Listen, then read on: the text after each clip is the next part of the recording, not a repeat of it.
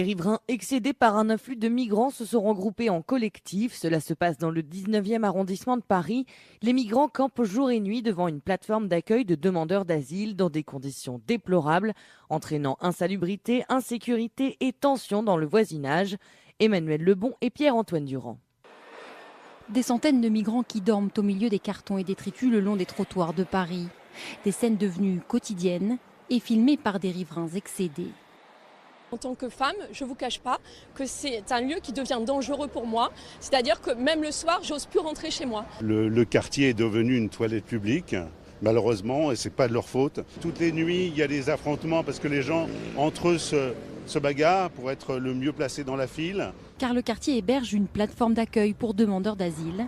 Chaque matin, quelques dizaines de dossiers seulement traités pour des centaines de demandes. Alors, pour être sûr d'être pris en charge, les migrants se sont installés autour du bâtiment, sans aucune condition d'hygiène. Cet Afghan tente sa chance depuis près d'un mois. C'est là que je dors depuis des semaines. Regardez, hier soir il commençait à faire froid et on n'avait rien, pas même une couverture.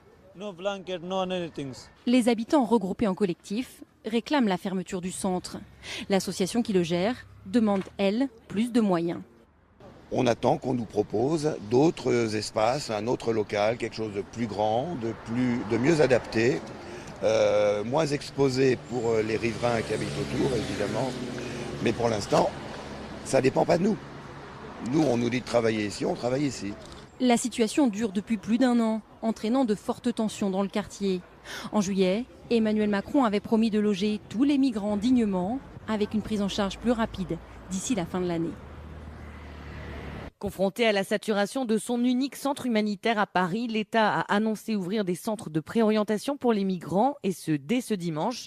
Un deuxième centre d'hébergement comme celui de Porte-de-la-Chapelle est également prévu.